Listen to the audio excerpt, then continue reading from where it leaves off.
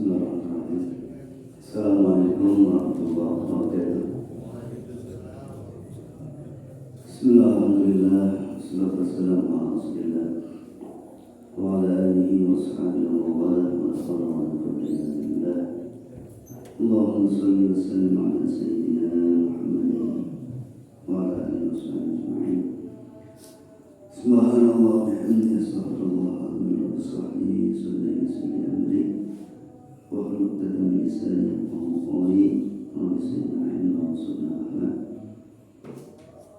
إلى أرض النبي صلى الله عليه وسلم وعلى آله وصحبه أجمعين ودخل في بيته أجمعين ولجميع المسلمين وجميع آبائنا وأمهاتنا وأجدادنا وجداتنا وأزواجنا وذريتنا ولجميع المسلمين والمسلمات والمؤمنين والمؤمنات الأحياء منهم والأموات ولجميع حاجاتنا في الدنيا والدنيا والآخرة. الفاتحة. أعوذ بالله من الشيطان الرجيم. بسم الله الرحمن الرحيم. الحمد لله رب العالمين الرحمن الرحيم مالك يوم الدين إياك نعبد وإياك نستعين اهدنا الصراط المستقيم صراط الذين أنعمت عليهم غير المغضوب عليهم ولا الضالين. Jemaah sekalian yang semoga selalu dirahmati oleh Allah Subhanahu wa taala. Puji syukur kepada Allah Subhanahu wa taala bahwa di pagi hari ini masih salat ya. Masih kemarin tanggal 28 Syawal, jadi sekarang 29 Syawal. Ya, dalam akhir Syawal, di bulan Syawal, di akhir bulan Syawal, alhamdulillah kita masih diberi kesempatan oleh Allah untuk terutama meningkatkan ketakwaan kepada Allah Subhanahu wa taala. Karena jemaah sekalian, semuanya kebahagiaan kita itu berbanding lurus dengan takwa. Jadi semakin orang itu bertakwa, maka dia akan semakin bahagia. Semakin orang itu berkurang takwanya, maka berkurang kebahagiaan. Maka di bulan Syawal ini, yang makna Syawal itu adalah peningkatan, naik, meningkat. Itu yang meningkat takwanya. Maka ini kesempatan yang terbaik setelah kita diberi kesempatan oleh Allah untuk memasuki bulan Ramadan dan mengakhirinya insya Allah dengan baik juga. Salawat dan salam semoga tetap tercurahkan ke depan Nabi kita Nabi Muhammad Sallallahu Alaihi Wasallam yang telah diutus oleh Allah untuk kita semua, diutus untuk mengarahkan laju perjalanan kita. Harusnya kemana? Ya, ke depan, ke belakang, samping kanan kiri, ke atas atau ke bawah. Sungguh saudaraku semua, sekiranya Allah tidak mengutus Rasulullah SAW untuk kita, maka dijamin kita tersesat.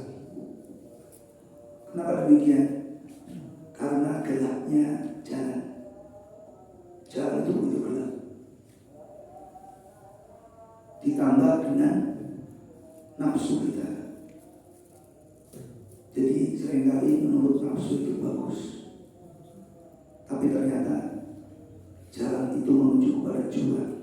Jalannya bagus, enak, kanan kirinya banyak pemandangan, tapi ternyata ujungnya adalah jurang. Dan ini tidak bisa dianalisa dengan ilmu pengetahuan sains. Jadi ini hanya bisa diketahui dengan wahyu. Itulah kenapa kemudian Allah Subhanahu wa taala mengutus beliau untuk kita. Allahumma shalli wa sallim ala sayyidina Muhammadin wa ala alihi. Dan ini kita coba lihat bagaimana seringkali ternyata tersesat. Nah, tersadar dari ketersesatan kita itu setelah dicahayai oleh sinar Al-Quran yang Allah ajarkan kepada kita melalui Rasulullah SAW. Dan hari ini kita ambil judul itu poros takwa. Berarti hal yang sangat penting dalam takwa. Sebelum masuk pada ayat mengenai poros takwa ini, kita ulang kembali mengenai apa sih yang akan kita dapatkan ketika kita takwa. Supaya nanti ketika kita masuk ke materi takwa, walaupun mungkin berat, nah kita akan punya motivasi yang tinggi, sehingga beratnya jalur takwa ini akan bisa terlalui dengan baik. Nah, sebagaimana yang telah kita sampaikan pada masa-masa yang lalu, satu halaman di surah At-Talaq, surah yang ke-65, itu hendaknya kita hafal, karena di situ mengandung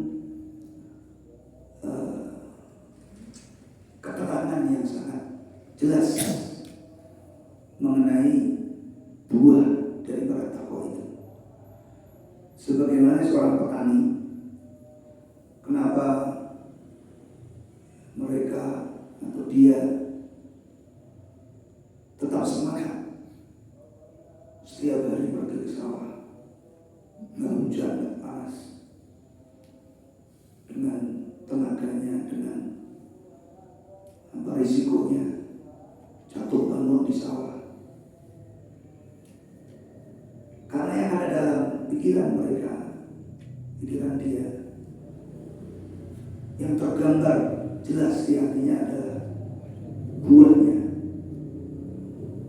Jadi padi kalau sekian hektar, kalau bagus hasilnya sekian. Mangga satu pohon bisa menghasilkan sekian kintal, alpukat dan seterusnya.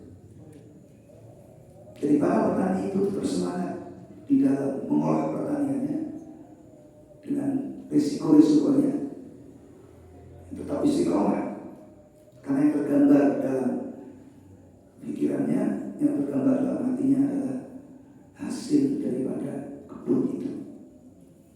Nah, begitu juga teman-teman, kita bersemangat untuk terus meningkatkan ketakwaan kita kepada Allah, apapun yang terjadi sampai kita mati.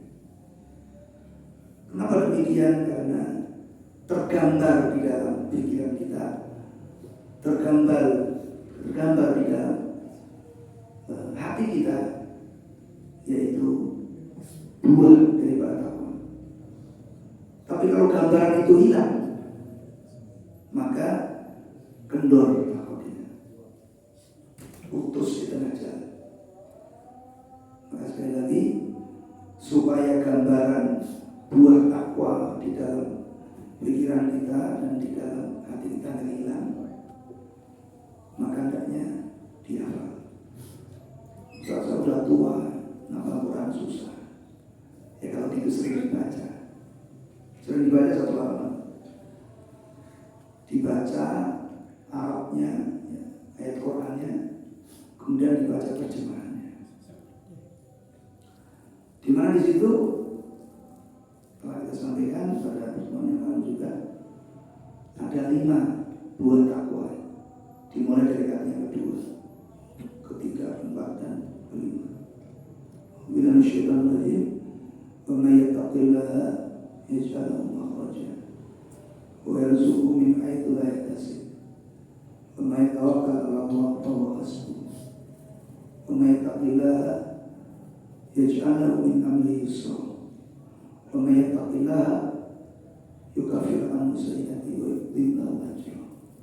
Itu kita minimal hafal itu ya. Kalau nggak bisa hafal seluruh kalimatnya, paling tidak itu yang kita hafal, supaya gambarannya nggak hilang di pikiran dan di hati, di kolom kita. Karena siapa yang bertakwa, maka Allah akan bikinkan, akan buatkan jalan keluar dari setiap masalah. Allah akan beri rezeki dari arah yang tiada disangka-sangka. Allah akan cukupkan kehidupan kita. Allah akan mudahkan segala urusan kita yang sulit. Allah akan ampuni segala kesalahan dan dosa kita. Yang terakhir, Allah masukkan kita ke dalam surga-Nya. Nah, jadi di dalam perjalanan hidup terasa kita tidak berjalan sendirian. Kita terasa berjalan bersama Allah yang Maha Kuasa. Nah, jadi ketika kita merasa berat untuk menjalankan takwa, kita ingat buahnya, nah kita semangat lagi. Yang maka ini hendaknya sekali lagi dihafalkan. Di samping itu, sama sekalian, bahwa menghafal Quran adalah merupakan mengikuti napak tilas, mengikuti jejak langkah kaki Rasulullah.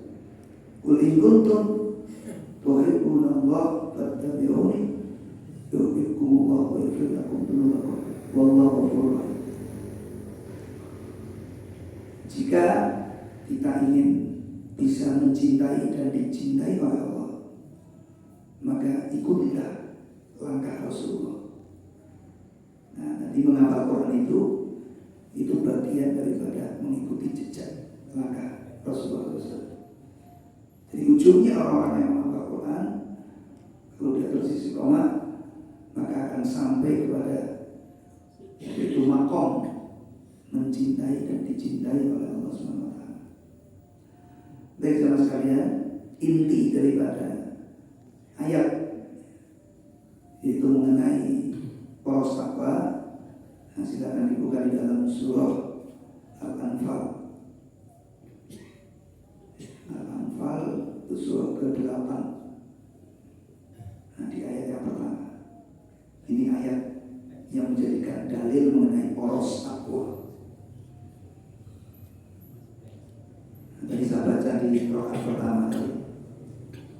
Rakaat pertama tadi saya baca. Alhamdulillah minasyaitonirrajim. Bismillahirrahmanirrahim. Yas'alunaka 'anil anfal qul al-anfal lillahi wa rasul fattaqullaha wa aslihu dzata bainakum wa athi'ullaha wa rasulahu in kuntum mu'minin. Nah, jadi tadi takwa sudah jelas sebetulnya gambaran buahnya, 5 buah takwa yang luar biasa. I love you, takwa. Rukun Islam ada 5. Buah takwa ada 5. Ingat ya. Nah, di ayat ini yang kita perhatikan ada dari kalimat fattaqullah. Bertakwalah kalian kepada Allah. Oh, tadi ada 5 tadi. Maka kata Allah, bertakwalah kalian kepada Allah. Kemudian kita loncat dulu di belakangnya ada kalimat wa atiullaha wa rasulahu in kuntum mu'minin. Dan taatlah kalian kepada Allah dan Rasulnya jika kalian itu termasuk orang-orang yang beriman. Nah, ini ada 2 kata atau 2 kalimat. Fattaqullah di depan, wa atiullaha wa rasulahu di belakang. Ini sebenarnya kalau di dalam bahasa Indonesia itu ada istilah sinonim atau ada lagi akronim persamaan kata antara fattaqullah dengan wa atiullah wa rasulahu atau wa atiullah wa atiur rasul. Kenapa? Karena definisi takwa dalam daripada definisi para ulama itu takwa itu adalah imtithalul awamiri wa ijtinabun nawahi. Itu menjalankan apa-apa yang Allah perintahkan dan menjauhi apa-apa yang Allah larang. Takwa itu seperti itu. Menjalankan apa-apa yang Allah perintahkan dan menjauhi apa-apa yang Allah larang. Nah, itulah taat kepada Allah.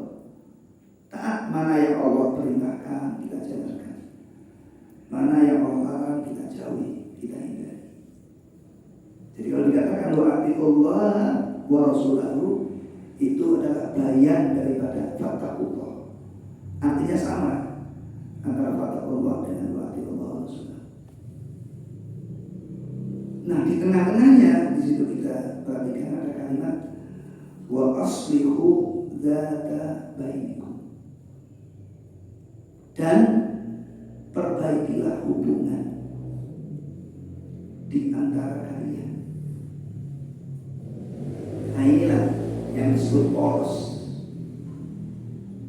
Takwa, taat sama Allah banyak macam-macam. Ada belajar Quran, baca Quran, mengatakan Quran. Mari bulan puasa, amal-amalnya sudah kita lakukan semua. Ada sholat fardu 5 waktu, sholat sunat, ba'diyah, qobliyah, sunat duha, ada sunat qiyamul, ada sunat tarawih. Kemudian ada lagi di situ yaitu kita puasa. Kemudian ada zakat sebagai tulang punggung daripada infak. Jadi infak kita akan diterima kalau kita nggak zakat. Zakat ini tulang punggungnya. Jadi infak akan terangkat oleh punggung, yaitu punggung zakat. Zakat fitrah. Kemudian lebih jauh lagi ada zakat mal. Kemudian di penghujung bulan Ramadan ada iktikaf. Nah, ini semua sama sekalian ini adalah amal-amal takwa. Tapi itu semua adalah seperti ban. Itu ada ban luarnya, ada ban dalamnya, ada anginnya, ada peleknya. Tengahnya itu ada porosnya. Kita bayangkan bannya bagus. Bannya bagus, kenapa ban bagus? Ban mobil. Apa namanya? Ban bagus. Nah, itu istilahnya apa? Ada yang bagusnya. Ada lagi Pak? Semuanya itulah ya. Ada Bridgestone gitu kan, termasuk yang bagus kan. Ya, yang lain-lain lagi. Bannya bagus. Anginnya bagus, apa anginnya bagus? Nitrogen. Nah, atau ada lagi mungkin nanti apa lagi gitu ya. Bannya udah bagus, anginnya bagus. Peleknya apa? Racing. Ya, macam-macam gitu ya. Ya. Itu semua udah bagus. Tapi kalau porosnya jelek bagaimana? Atau kalau nggak ada porosnya gimana? Oh, akan berputar, ya, nabrak kaca, nabrak. Ban itu akan berputar mencapai tujuan ketika ada porosnya. Ketika ada porosnya, nggak tahu jalannya kemana-mana, nggak sampai tujuan. Nah, ini yang seringkali kita lalaikan. Yang kita sudah merasa takwa udah bagus tadi. Seluruh amalia Ramadan itu sudah bagus semua, nggak ada yang jelek. Bagus semua. Berbakti kepada orang tuanya. Berinfaknya bukan cuma jutaan lagi, miliaran seperti siapa? Ibu Aisyah. Sekali infak berapa?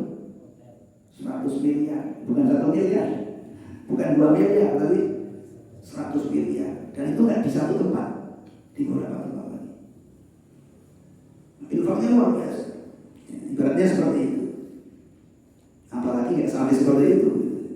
Kalaupun sampai seperti itu, sholat 5 waktunya selalu berjamaah, sholat malamnya nggak pernah telat, istiqomah semua. Cuma satu, porosnya rusak. Nah, ini hubungan baik, wa aslihu. Ini poros, menjaga hubungan baik, memperbaiki yang retak, menyambung yang putus. Ini poros. Ya. Jadi walaupun sebaik apapun takwa kita, ketika porosnya rusak, maka tidak akan pernah sampai ke surga. Ini sering dilalaikan. Ya, jadi merasa sudah bagus makamnya sama saudaranya, nggak akur, sesama pengurus tua dengan anak, ya, nggak kacau kakak dengan adik, tetangga. Ini kan sering dilalaikan kan, merasa takutnya udah bagus, yang ini nggak dijaga. Padahal ini poros. Apa kata Rasulullah dalam hadis sahihnya? Kalau udah hadis sahih ini sudah nggak bisa dibantah lagi. Riwayatnya Bukhari Muslim, ya mau apa gimana? Kalau dari Bukhari Muslim, Bukhari ada Muslim nggak bisa dibantah lagi. Apa kata beliau? La yadkhulul jannata qati'. Nggak bisa masuk surga orang yang putus hubungan. Nggak bisa. Walaupun tadi seluruhnya, bannya, anginnya, peleknya sudah yang paling mahal semua. Soalnya nggak pernah bersama ya. Nah, ini banyak terjadi di masjid-masjid, di taklim-taklim, menimpa para ustaz, para kiai yang katanya kiai, tapi gampang sekali mutusin ada masalah dikit. Dia lupa bahwa ini poros. Jadi kita pegang ini, tidak masuk surga orang yang porosnya rusak. Kotek.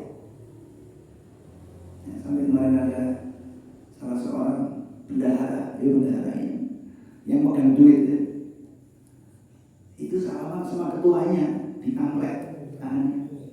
Gak mau salaman. Besok lagi pas sholat subuh biasanya ada salaman itu pas lewatin bendahara dia lewatin ya salaman. Jadi dari sini salaman. Begitu bendahara dia lewat diloncatin gak ada salaman. Ini gimana ceritanya? Ini ustadz biasa ngasih ceramah-ceramah kayak gini. Tapi dia nggak tahu poros ini. Layak ulul jangan dikira itu semua amalan itu akan bermanfaat untuk dia. Bahkan dalam hadis yang lain, jangankan diterima amalnya. Jadi amal itu kan kalau belum diterima, sebelum diterima kan diangkat dulu. Setiap hari Kamis amal naik diangkat untuk dilaporkan ke Allah. Tapi ini orang yang putus ini, jangankan diterima, naik aja kan. Alhamdulillah, kira-kira kita pernah tidak retak hubungan, putus hubungan pernah? Atau sering? Atau sampai saat ini masih retak?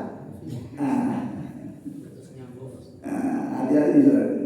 Jadi kalimat wa aslihu maknanya adalah jaga hubungan baik, perbaiki yang retak, sambung yang putus. Jadi kalau sekarang retak, segera perbaiki. Kalau putus, segera sambung. Kenapa? Karena yang dimaksud silaturahim itu bukan datang ke pengajian begini, bukan datang ke taklim, bukan datang ke arisan keluarga, bukan itu saudara. Silaturahim itu adalah menyambung yang putus. Itu ada hadisnya. Jadi silaturahim itu adalah menyambung yang putus. Nah, adapun kita datang di pengajian, kita datang di arisan keluarga, itu menjaga tahap yang pertama, menjaga hubungan baik. Biar hubungan sangat baik, itu ada arisan, selalu datang. Ada pengajian keluarga, kita datang. Itu satu dua itu menjaga hubungan baik. Padahal asli ada tiga dari mana? Satu menjaga hubungan baik, yang kedua memperbaiki yang retak, yang ketiga menyambung silaturahim. Jadi kalau kita datang seperti ini, baru satu langkah menjaga hubungan baik. Ini banyak sekali terjadi, tidak cuma di sini Pak, hampir di seluruh tempat. Jadi wa aslihunya yang merupakan poros takwa tidak diperhatikan karena sudah merasa ahli surga.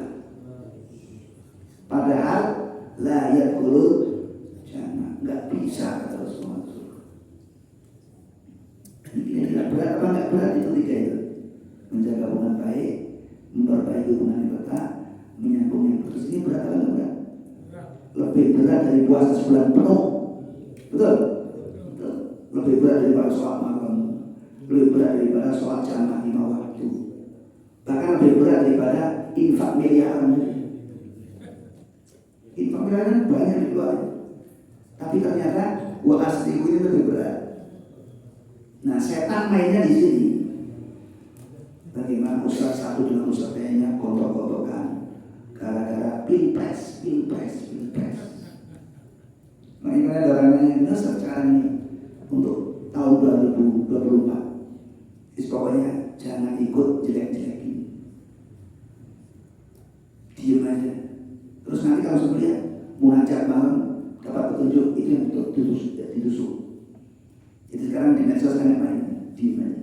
Paling gue baca supaya tahu. Katanya itu berdebat. Itu gara-gara berdebat itu dulu. Terus salah satu masjid itu dari keluar habis itu perang di luar. Hatinya nggak bisa nyatu. Sampai sekarang mau terus apa?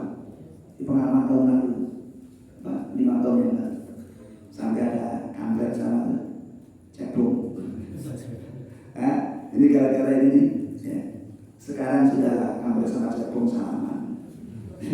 Wasil data, ini. Nah terus bagaimana? Semua dicari kebaikannya. Nanti ada tokoh-tokoh yang nyalon dengan berapa orang, cari kebaikannya. Semua cari. Yang paling baik yang dipilih. Kalau ini baiknya ini, baiknya ini. Nah, yang paling baik itu yang dipilih. Jangan cari kejelekannya, dilarang. Tapi yang dicari apa ya? Kebaikan. Menurut saya itu lebih baik. Kenapa? Karena dia bisa begini. Yang ini belum bisa. Yang ini bisanya yang ini. Berarti baik. Ini paling baik. Nah itu. Jadi kalau kita menjalankan kebaikannya, maka insya Allah aman. Ya, insya Allah. Nah, itu rumus ya untuk mengenai besok ini sudah mulai panas masalahnya. Ya, baik. Nah, terus bagaimana caranya supaya kita menjadi ringan, yaitu menjadi ringan dalam melaksanakan wasi'u dan bainakum. Allah sudah memberi rumusnya. Rumusnya ada di dalam surah Al-Imran ayat 133 sampai 136. Ini kebetulan ayat ini kemarin sudah diwawancarai oleh salah seorang profesor dari Kemenak. Beliau pernah menjabat sebagai direktur Bimas Islam. Jadi wawancarai. Dan ternyata memang ayat-ayat ini yang selalu didengungkan di bulan Syawal. Nah, tadi saya baca di rakaat kedua. Rakaat kedua tadi saya baca. Yang satu ayat Surah Imran ayat 103 sampai 136. A'udzubillahi minasyaitonir rajim. Bismillahirrahmanirrahim. Wasari'u ila maghfiratin min rabbikum wa jannatin 'arduha as-samawati wal ardh u'iddat lil muttaqin. Nah itu orang-orang yang takwa. Jadi kalau kita ingin wasi'u dan bainakum, menjaga hubungan baik, bisa memperbaiki hubungan yang retak, menyambung hubungan yang putus, maka pegang ini. Apa kata Allah? Wasari'u, cepat, jangan lambat, jangan ditunda-tunda. Takutnya belum tersambung, belum bagus, hubungan baiknya belum bagus, masih retak. Atau nggak terjaga, kita mati. Nah makanya sekarang segera, jangan ditunda-tunda, segera cepat. Karena itu adalah syarat untuk mendapatkan ampunan Allah. Jadi Allah nggak akan mengampuni orang-orang yang memutus hubungan. Dan itu ujungnya adalah surga. Maka cepat-cepatlah, jangan ditunda-tunda, jangan lambat. Bagaimana caranya latihannya? Dari yang paling ringan. Jadi kalau orang latihan jalan, itu nggak langsung lari itu bayi itu. Lahir langsung lari itu. Ibunya ketakutan malah dua saat. Lahir langsung lari gitu.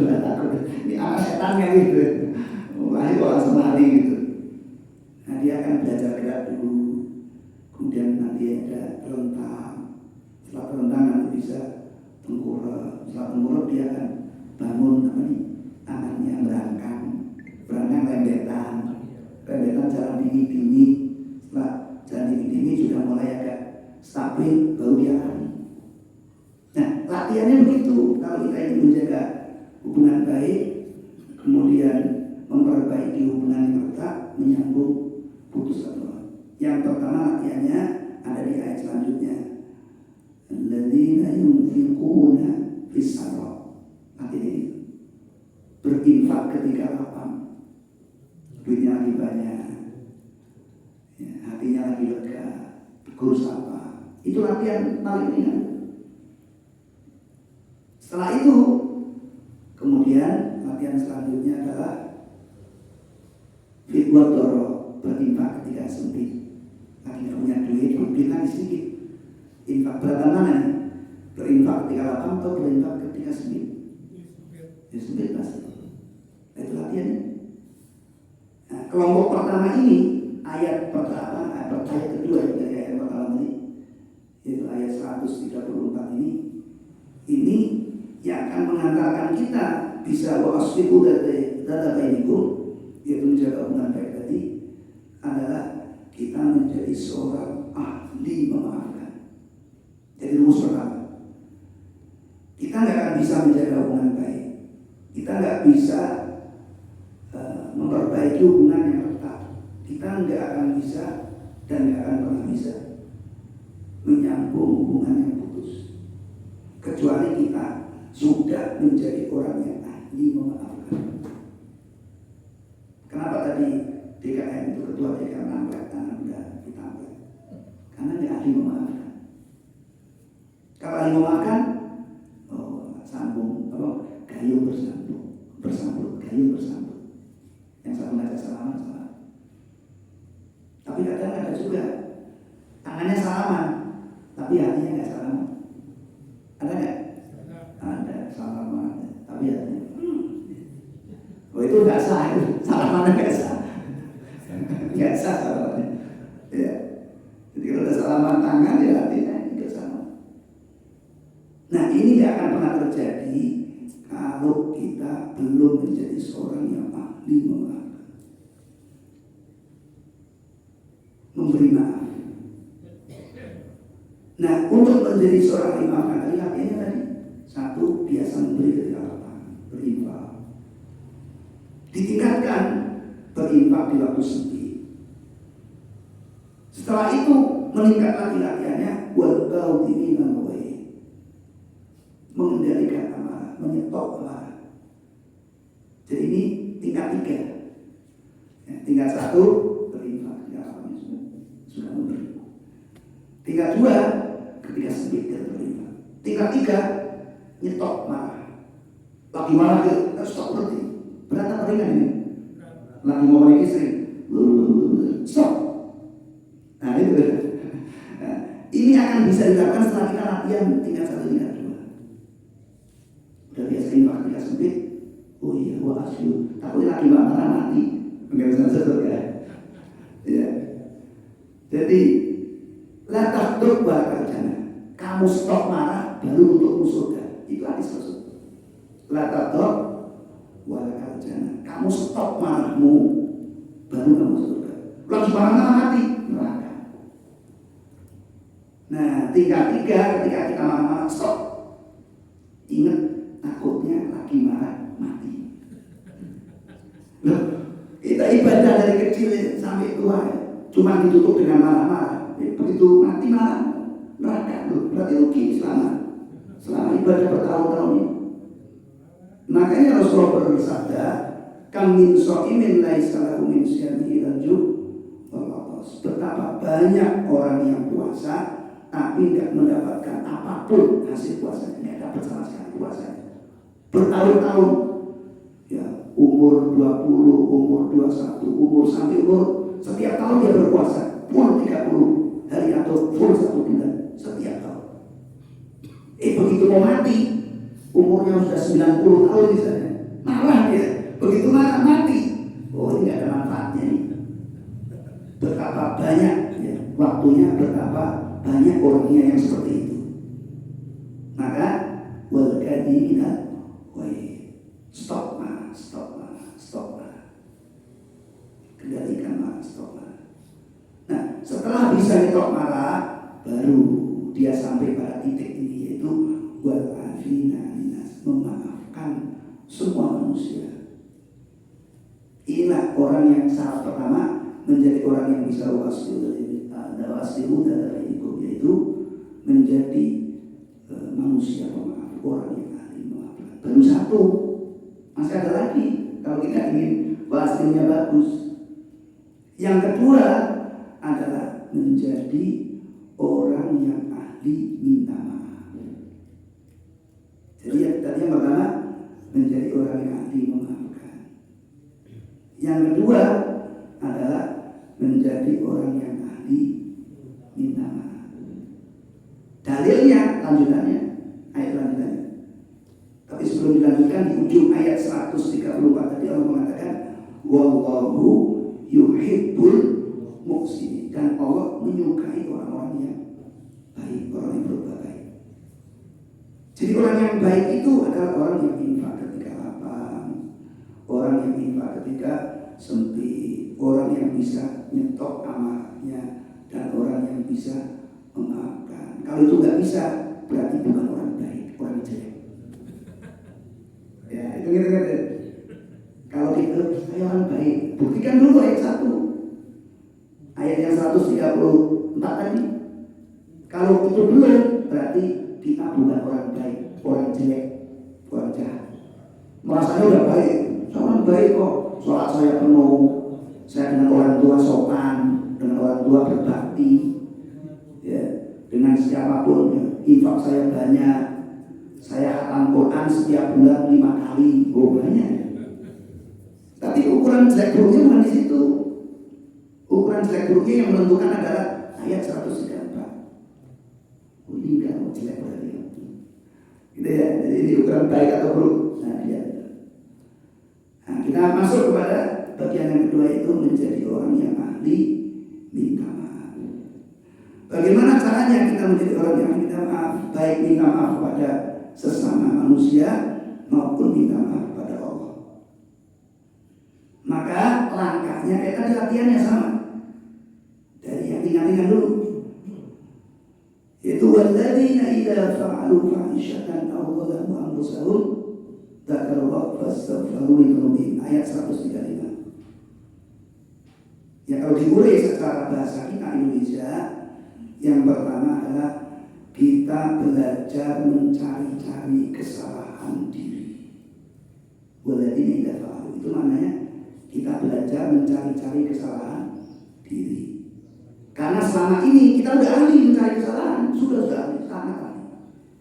Tapi mencari-cari kesalahan istri, kesalahan istri cari-cari, kesalahan anak, kesalahan tetangga, kesalahan atasan, kesalahan bawahan, kesalahan teman.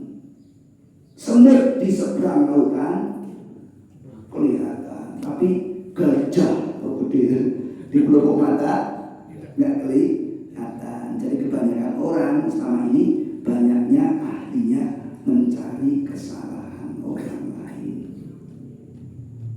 Tuh, kalau ini keahlian kita, maka kita nggak akan bisa menjadi orang yang ahli minta maaf. Bagaimana kita mau minta maaf?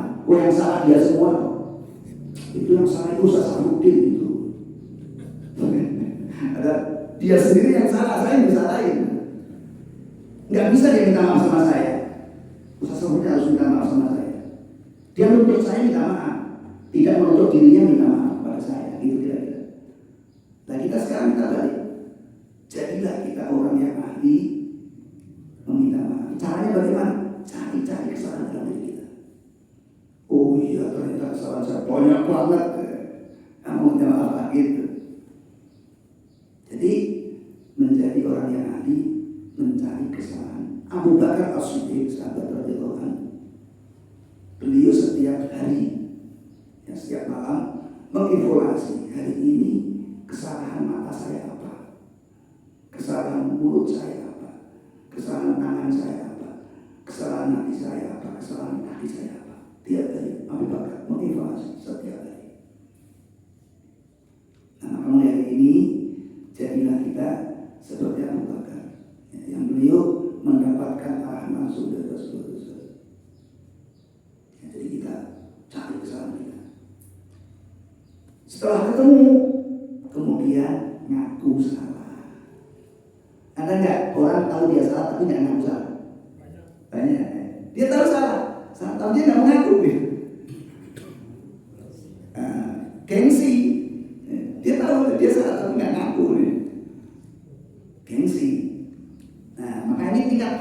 tingkat satunya cari salah. Setelah ketemu, ngaku salah. Setelah ngaku salah, yang ketiga ini minta maaf. Dia sudah tahu salah, sudah ngaku salah, tapi mau minta maaf, berat atau enggak berat? Gengsi. Saya atasan kok, dia kan bawahan saya. Enggak, saya enggak. Nah, jadi di sini tahapannya 3 tadi. Jadi kita minta maaf kepada sesama Adam. Kenapa? Fastaghfiru lidzunubihim. Beristighfarlah kepada Allah, minta maaf kepada Allah. Tidak akan pernah diterima oleh Allah ketika kita punya kesalahan kepada Bani Adam, tidak diselesaikan dulu. Istighfar semalam 1000 kali. Bendahara minta salam ditampek. Istighfarnya nggak diterima. Istighfar dia akan diterima ketika hubungan bersama Bani Adam ini diselesaikan dulu. Baru istighfarnya diterima. Ya, maka di sini walladzina idza fa'alu fahishatan aw zalamu anfusahum dzakarullah, ingat Allah. Allah nggak akan terima permintaan ampun kita, istighfar kita. Allah akan menyiksa kita dengan dosa-dosa kita. Takut kepada Allah. Nah, dengan rasa takut itu, dengan tahapan-tahapan tadi, mencari kesalahan, ngaku salah, minta maaf, baru kita istighfar kepada Allah, baru diterima. Walladzina idza fa'alu fahishatan aw zalamu anfusahum dzakarullah fastaghfiru lidzunubihim wa may yaghfiru dzunuba illa Allah. Tidak ada yang bisa mengampuni, tak bisa membersihkan yaitu noda-noda kesalahan kita kecuali Allah. Akan dihapus oleh noda-noda itu. Kalau enggak, noda-noda itu akan mengundang bala.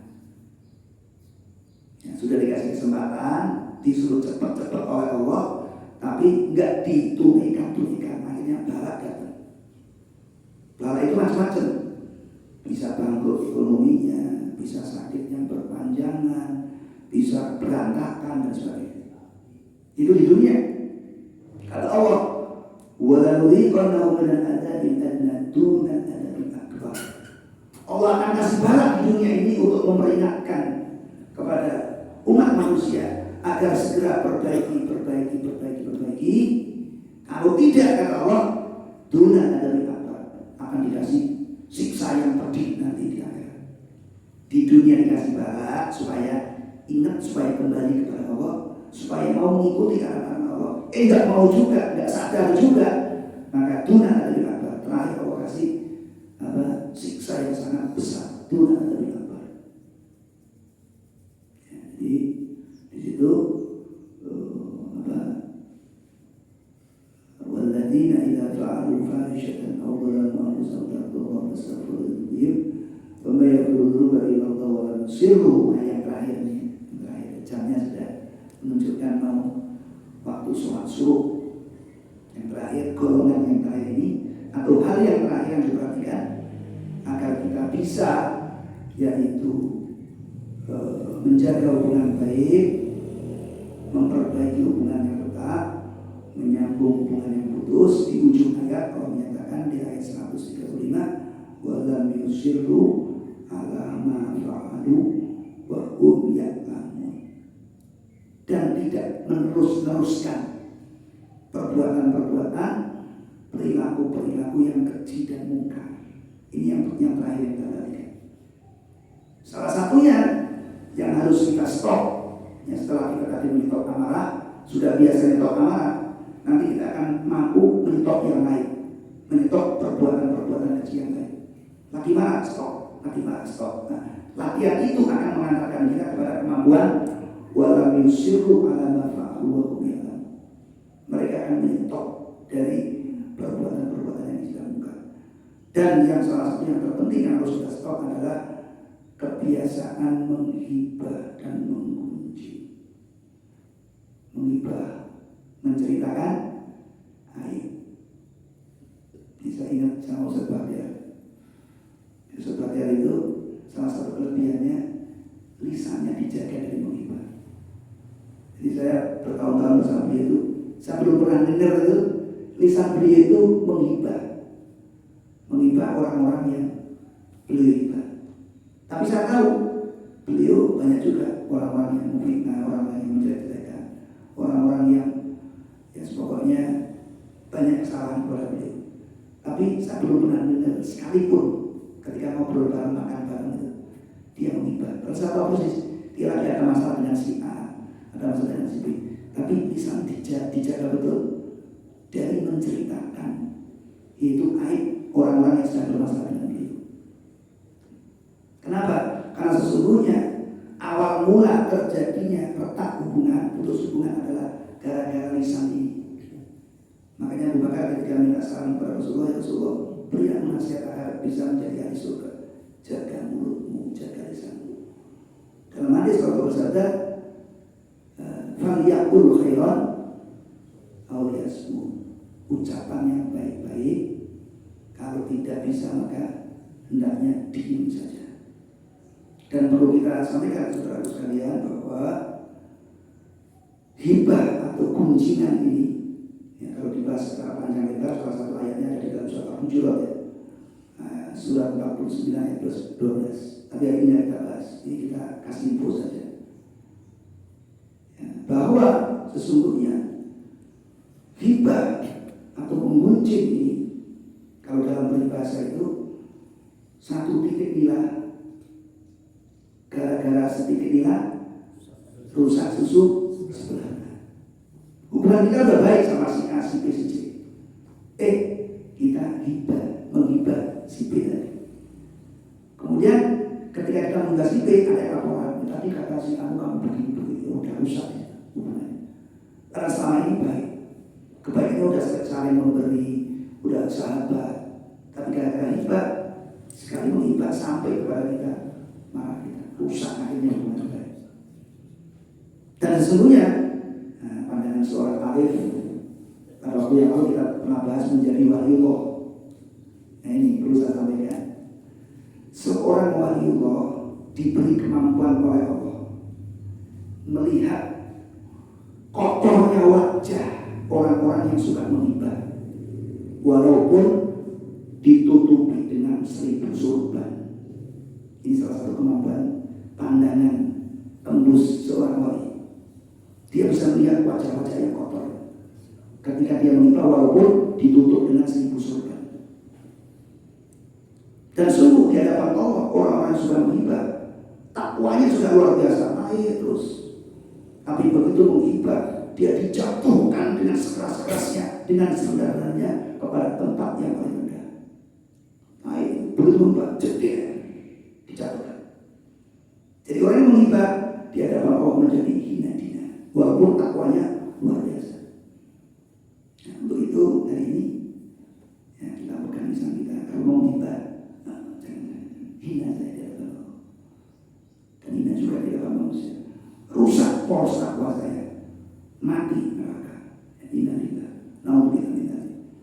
Maka kemudian kita selalu berdoa kepada Allah, ya Rabbana ighfir lana wa dzunubana wa israfana fi amrina wa tsabbit aqdamana wa ansurna 'alal kafirin.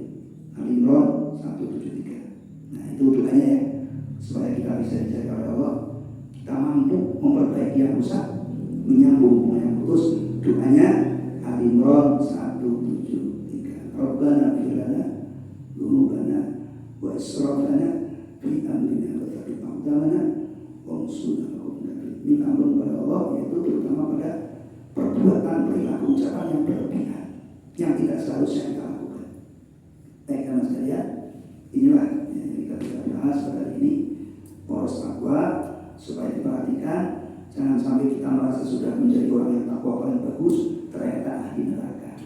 Nah untuk kita minta mudah dengan bahasan ini kita kemudian diselamatkan oleh takwa kita, sehingga kita mendapatkan yaitu derajat yang tinggi dari Allah, kemudian mendapatkan ampunan dari Allah, dan mendapatkan rizki yang mulia baik di dunia maupun di akhirat insyaallah.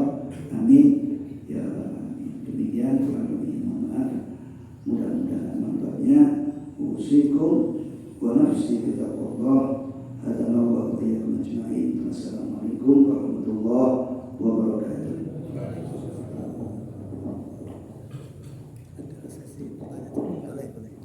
Ada. Silakan bapak-bapak yang akan menanyakan. Silakan. Oh ya.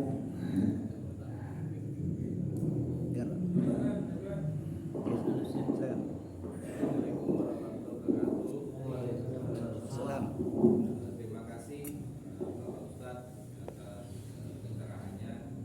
Izin bertanya, bagaimana ketika kita di zaman medsos sekarang ini, terkadang kita tergelincir untuk memposting sesuatu yang terkadang bisa menyinggung atau menyakiti hati orang-orang yang ada di dalam anggota medsos tersebut.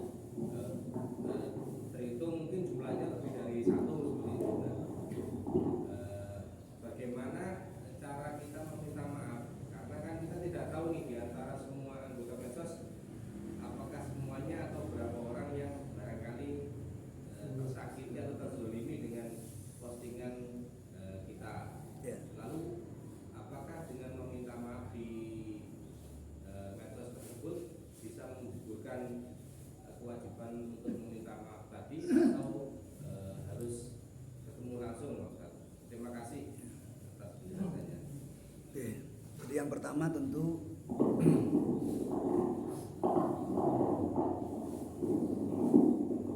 baik ya. Jadi yang pertama tentu ketika kita memposting itu kita pikir dulu, ini termasuk fal yaqulu khairan atau tidak?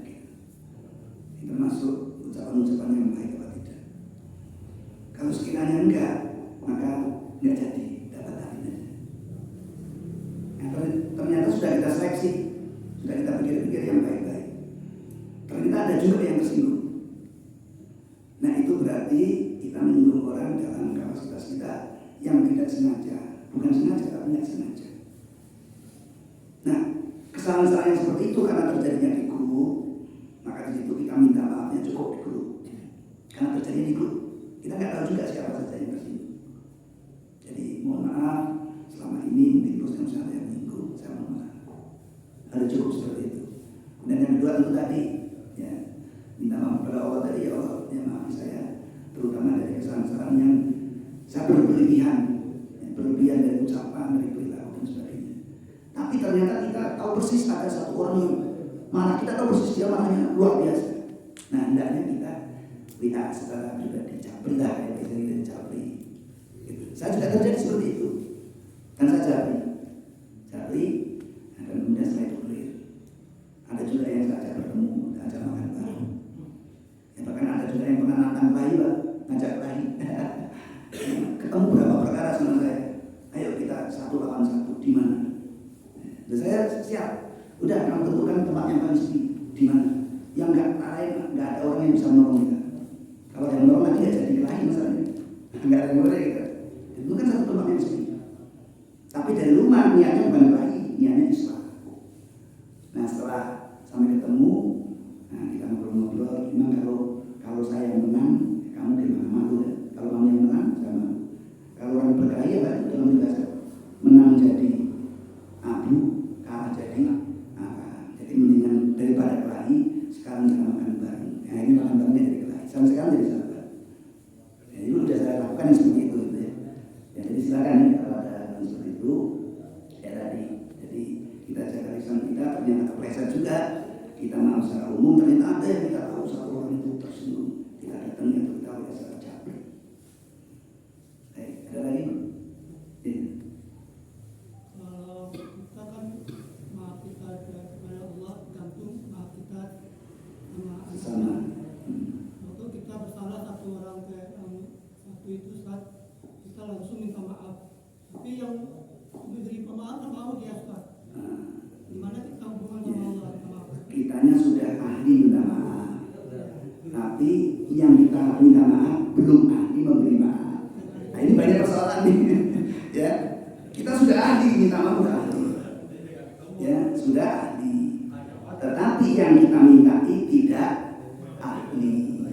Nah, maka di sini yang terpenting adalah jangan kita termasuk orang yang khotib. Jangan kita termasuk orang yang memutus. Kalau mereka yang memutus, maka risiko dia terpaksa menjawab, kan sudah minta maaf. Nah kemudian ada cara-cara minta maaf yang insya Allah dimaafkan walaupun prosesnya lama, adalah beri hadiah mereka. Ini ada pernah kasus seorang anak dengan ibunya, anak kandung ibu kandung, terjadi clash dan berat sekali clashnya. Telepon nggak diangkat, WA nggak dijawab, datang ke rumah nggak dibukain pintunya sama ibunya. Datang ke rumah saya, bagaimana Ustaz? Neraka kamu nggak gitu. Tapi yang salah ibu saya ya tadi, kita pinternya nyari kesalahan orang. Masa sih orang clash yang salah dia doang? Ada nggak seperti itu? Kalau orang clash pasti dua-duanya punya salah, walaupun persentasenya beda. Bisa jadi dia yang lebih besar salahnya, bisa jadi kita yang lebih besar salahnya. Kita nggak tahu yang lebih besar siapa. Tapi kalau ada orang putus silaturahmi pasti dua-duanya salah, walaupun tadi persentasenya berbeda. Nah maka sekarang bagaimana? Orang yang paling baik itu adalah orang yang pertama kali ngajak ngomong.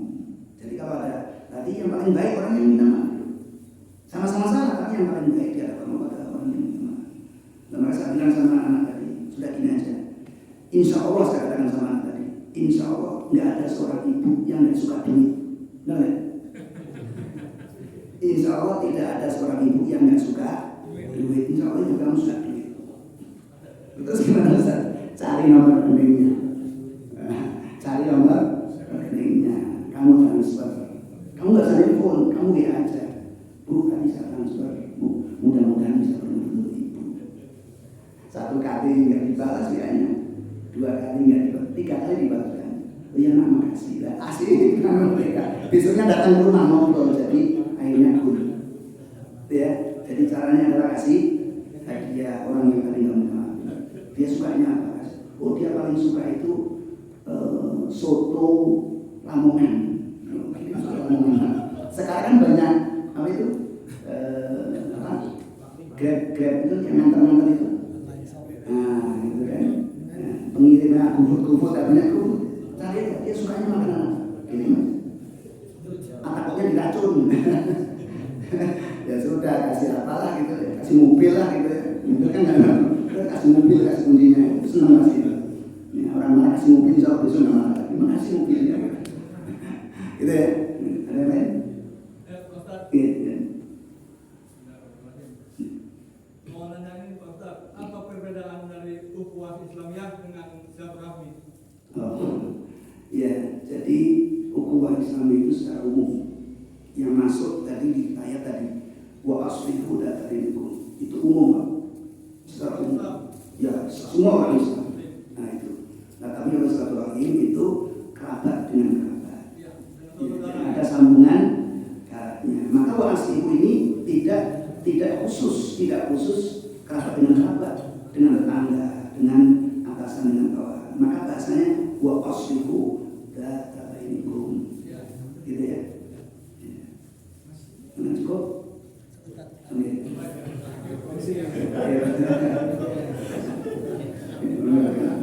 Ya, Ustaz, saya punya teman karib satu pekerjaan. Kalau saya minta maaf kepada dia, biasanya saya begini Ustaz. Saya minta maaf ya karena selama ini saya mentolerir keteledoran kamu sehingga kita gagal mencapai target. Dan apabila ada kesalahan saya yang lain yang tidak seberapa, mohon dimaafkan juga ya. Apakah permintaan maaf dengan cara seperti itu yang menunjukkan kesalahan dia itu udah etis? Jadi semua orang itu punya gaya. Semua orang punya gaya. Nah, gayanya Pak Musin seperti itu, gayanya Pak siapa lagi seperti itu. Silakan pakai gaya masing-masing. Tapi niatnya satu adalah islah, memperbaiki hubungan. Selama niatnya itu, walaupun yang terjadi di lapangan apapun, insya Allah nanti ujungnya, endingnya itu baik. Itu saya kasih rumus kepada semuanya. Jadi kalau kita sudah niat islah, apapun yang terjadi, nanti endingnya baik. Karena sebenarnya Rasulullah telah memberikan rumus innamal a'malu binniyat. Sesungguhnya kita akan dapat ditanyakan. Ketika kita niatnya islah, memperbaiki hubungan, bagaimanapun gaya kita, insya Allah ujungnya baik. Itu rumusnya. Jadi silakan aja jawabannya. Baik ya, insya Allah hari ini sampai di sini. Nanti insya Allah ketemu lagi bulan depan kalau masih hidup. Ya, supaya berkah saya lagi tutup dengan doa.